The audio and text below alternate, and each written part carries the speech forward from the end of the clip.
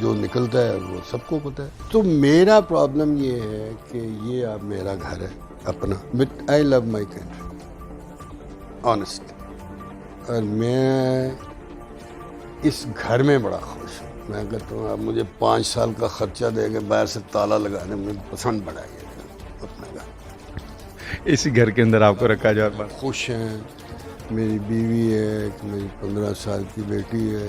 اس گھر میں کوئی جھگڑا نہیں ہے. اچھا ایک سوال کا اور جواب دے دیجیے کہ آپ کی مسز نے, آپ کے بچوں نے کبھی نہیں اس کام سے منع کیا کہ باز آ جائیں, یہ ہو جائے گا وہ ہو جائے گا, کیونکہ خواتین کا عموماً ہوتا ہے. بس یہ سوال ویسٹرن میڈیا مجھ سے پوچھ رہا ہے 2011 سے. تو اس کا جواب بالکل سادہ ہے کہ میری گھر میں ایک عجیب قسم کا یہاں رشتہ ہے کہ جو میں کرتا ہوں وہی سب کی ول. مطلب میں الٹ کروں, سیدھا کروں, الٹا کروں, دے ود می, کہتے ہیں جو آپ کر رہے ہیں ٹھیک ہے. Head of that's why. کبھی کسی سے کوئی شکوہ ہوا ہو کہ اتنے کیسز آپ نے کیے ہیں, آپ کو یہ لگا ہو کہ یار یہ بندہ جو ہے اس نے بہت زیادہ ہی آؤٹ آف دا وے جا کے میرے لیے غلط کر دیا ہے یا مجھے غلط بات کہہ دی ہے؟ میں نے خالی اس کو چھوڑ دیا. یعنی آپ ناراض نہیں ہیں کسی سے, جس نے جو کیا وہ ٹھیک کر دیا, آپ نہیں. ان کو بہتر ہدایت ہے جس نے جو کیا, کیونکہ یہی میرے نبی نے کیا تھا کہ جب وہ طائف میں پتھر مار مار جوتا جڑ گیا خون سے تو فرشتہ آ گیا خود کہ اللہ نے بھیجا ہے کہ ہم ان کو سب کو تباہ کر دیتے, الٹا لیتے. اس نے کہا نا شاید یہ نہیں تو ان کے آنے والے ہی کو اچھے ہو جائیں. تو میں بھی سمجھتا ہوں کہ یہ اللہ اور رسول صلی اللہ علیہ وسلم کا معاف کر دینا, درگزر کرنا جو ہے پسندیدہ ہے. آخری کمنٹ آپ سے چاہوں گا, کنٹینیو کریں گے اسی کام کو, اسی طرح لوگوں کے کیسز کو لڑنے کے لیے؟ دیکھیں بات یہ ہے کہ آپ کو میں نے بتایا ہے کہ پوری دنیا میرے لیے کھلی ہوئی ہے. مطلب میں اکلوتا پاکستانی ہوں جس کو پیرس بار ایسوسیشن نے ممبرشپ دی ہوئی ہے, ایک ہی ہے پورے ملک میں جب سے یہ 74 سال سے بنا. میں اکیلا شخص ہوں جس کے لیے یورپین یونین کی ریزولوشن میں 2 جگہ پہ میرا نام ہے. تو میرے لیے تو ساری دنیا کھلی نا, میں جب جہاں چاہوں رہوں. تو اگر میں یہیں رہ رہا ہوں تو مجھے یہ ملک پسند ہو, اور امید ہے کہ میں انشاءاللہ یہی مروں گا. یہ کام جاری رکھیں. یہ کام بھی انشاءاللہ اللہ کی رضا اور اپنے نبی صلی اللہ علیہ وسلم کے طریقے کے مطابق کہ لوگوں کو بلا وجہ ان کی جان نہ لی جائے, اس کو آگے بڑھانے کے لیے اور اپنے آئین اور قانون کے مطابق یہ کام کرتا ہے. Thank you so much Saif ul Mulk صاحب, بہت وقت آپ نے دیا, اور ہمارے ناظرین جو ہیں بلا شبہ آج کی گفتگو سے آپ نے وہ ساری, آج میں نے جو کوشش کی وہ یہ تھی کہ بہت ساری ایسی چیزیں ہیں لوگوں کو یہ معلوم ہے کہ سیف الملوک صاحب جو ہیں ان کی خدمات کیا ہیں, کس طرح سے وہ کام کرتے ہیں, کس طرح سے انہوں نے بہت سارے کیسز لڑے, اور اس میں زیادہ تر بلاسفیمی کے کیسز تھے, اور ایسے کیسز جو آپ نے ان کی زبان سے بھی سنا کہ ان ٹچ تھے, جن کے لیے کوئی بندہ بھی تیار نہیں تھا پورے پاکستان میں. ایون حکومت میں جو لوگ بیٹھے ہوئے تھے بڑے پاورفل تھے, وہ بھی اس قابل نہیں تھے, یا اپنے آپ کو اتنا وہ سمجھ رہے تھے کہ اس چیز میں ہمیں ملوث یا شامل نہیں ہونا چاہیے تاکہ ہمارے لیے بھی کوئی پرابلم کریٹ نہ ہو جائے. اس طرح کے کیسز انہوں نے لڑے, اور سکسیس ریٹ جو ہے وہ آپ کے سامنے ہی ہے کہ کس طرح انہوں نے اس کو سکسیس کیا, کس طرح سے انہوں نے قائل کیا عدالتوں کو اور ان تمام لوگوں کو جو صاحب اختیار تھے فیصلہ دینے کے لیے, اور کس طرح سے انہوں نے یہ کیسز جیتے. Asia Bibi, Salman Taseer murder case, اسی طرح شگفتہ کا کیس, اور دیگر ابھی جیسے انہوں نے فرمایا کہ وہ اور بھی وہ کیسز لڑ رہے. تو یقیناً ہمیں امید ہے کہ آپ نے آج کی گفتگو سے جو ہے وہ ضرور آپ نے اس کو انجوائے کیا ہوگا, لطف اندوز ہوئے ہوں گے, کیونکہ ہم نے ایسے پہلو لانے کی آپ کے سامنے کوشش کی جو تاریخ میں اسکرین کے پردہ کے پیچھے تھے. اسی کے ساتھ اپنے میزبان نعیم کیسر کو اجازت دیجیے. خدا حافظ.